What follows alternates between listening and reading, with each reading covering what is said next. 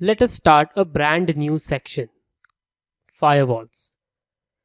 Now in this section of firewalls, we will start with intrusion detection system, that is IDS. You might have heard of the term IDS and IPS interchangeably. There is only a slight difference between IDS and IPS. Let us see what is intrusion detection system. An intrusion detection system is basically a system that monitors network traffic for suspicious activity and issues alerts when such activity is discovered. Now, issuing alert is more important, that is detection and notifying. Now, IDS is a software application that scans a network or a system for harmful activity or policy breaching. Any malicious venture or violation is normally reported either to an administrator or collected centrally using a security information and event management, that is SIEM system. A SIEM system integrates outputs from multiple sources and uses alarm filtering techniques to differentiate malicious activity from false alarms. Now, IDS is only used to detect the threats, whereas IPS, that is intrusion prevention system, can also prevent and detect the threats. Although intrusion detection systems monitor networks for potentially malicious activity, they are also disposed to false alarms. Hence, organizations need to fine-tune their IDS products when they first install them. It means properly setting up the intrusion detection system to recognize what traffic on the network looks like as compared to malicious activity. Intrusion prevention system also monitors network packets inbound the system to check the malicious activities involved in it and at once send the warning notification. Now we will see how intrusion detection system actually works. Now let us see how intrusion detection system works. You can see in front of you the intrusion detection system is placed before the firewall and in between the internet and the firewall. Now there are two types of IDS. One is external IDS, which is placed in between the internet and the firewall, and another IDS is placed in the inside of the network, which is also known as internal IDS. So whenever a malicious packet or information data packets are passed from the internet to the internal network, those packets first have to go through the IDS, that is intrusion detection system. Now if the packets found, or if there are some packets which are malicious, now IDS detects those packets and probably drops them. After that, those packets go through the firewall, and which acts as an extra layer of protection for the internal network.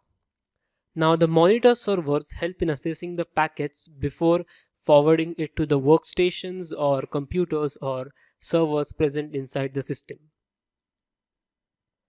Now how does IDS detect an intrusion? Like how does it identify whether this packet is bad packet or I should allow this packet to go? Now there are detection methods of IDS. The first is signature based recognition.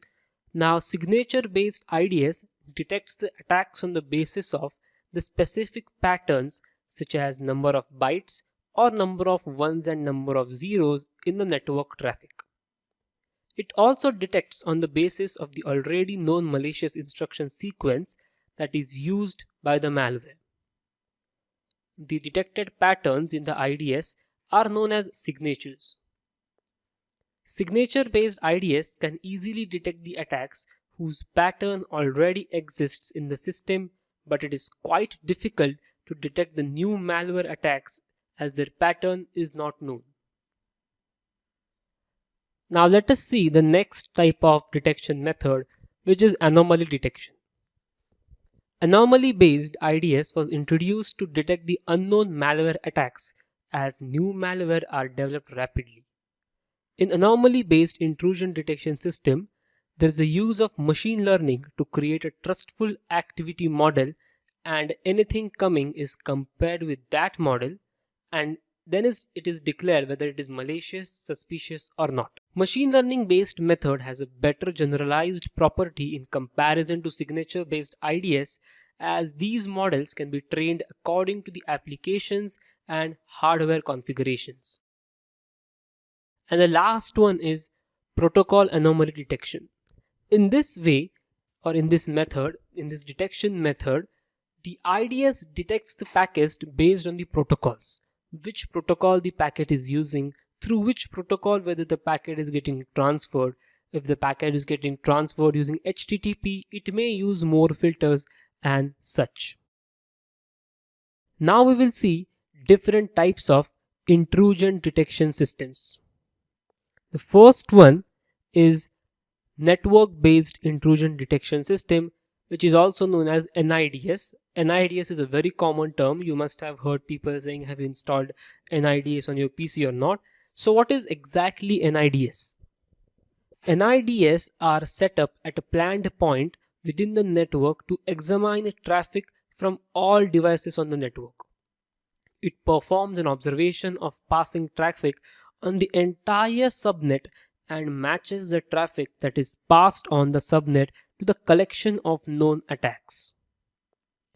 Once attack is identified or abnormal behavior is observed, the alert can be sent to the administrator. An example of an NIDS is installing it on the subnet where firewalls are located in order to see if someone is trying to crack the firewall. The next is host intrusion detection system, that is HIDS. Now HIDS run on independent hosts or devices on the network. A HIDS monitors the incoming and outgoing packets from the device only and will alert the administrator if suspicious or malicious activity is detected. It takes a snapshot of existing system files and compares it with the previous snapshot. If the analytical system files were edited or deleted, an alert is sent to the administrator to investigate further. An example of HIDS usage can be seen on mission critical machines which are not expected to change their layout. The next is log file monitoring or application protocol based intrusion detection system. Application protocol based intrusion detection system is a system or an agent that generally resides within a group of servers. It identifies the intrusions by monitoring and interpreting the communication on the application specific protocols.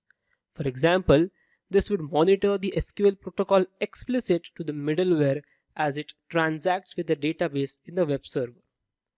And the common is a hybrid intrusion detection system, which is basically a combination of two or more approaches that we discussed just now. Hybrid intrusion detection system is more effective in comparison to the other intrusion detection systems, and one of the greatest example of HIDS is hybrid HIDS. You can search and you will get an idea about that. Now let us see the different types of IDS alerts. You can see there are 4 types of IDS alerts on your screen, and each alert consists of 2 words. The first word that is it is true or false, which stands for attack, and the second word stands for alert. So what is true positive? Now true means an IDS raises an alarm when a legitimate attack occurs, which means attack occurred, yes true, alert generated, yes positive. So true positive is attack has happened and IDS generated an alarm. False positive: an IDS raises an alarm when no attack has taken place, which means there was no attack or no malicious file, still IDS gave an alert. So false stands for attack, positive stands for alert. False negative: an IDS does not raise an alarm when a legitimate attack has taken place, which means there was attack but there was no alert. And true negative is an IDS does not raise an alarm when an attack has not taken place. That is true positive.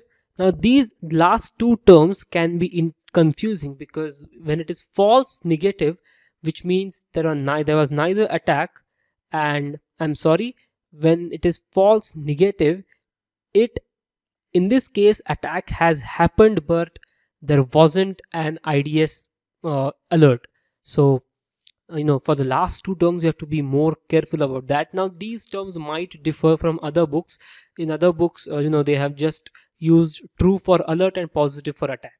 So you just want to get the basic idea of IDS alerts, and you have to stick to only one notion. In the next lecture we will have an introduction to firewalls.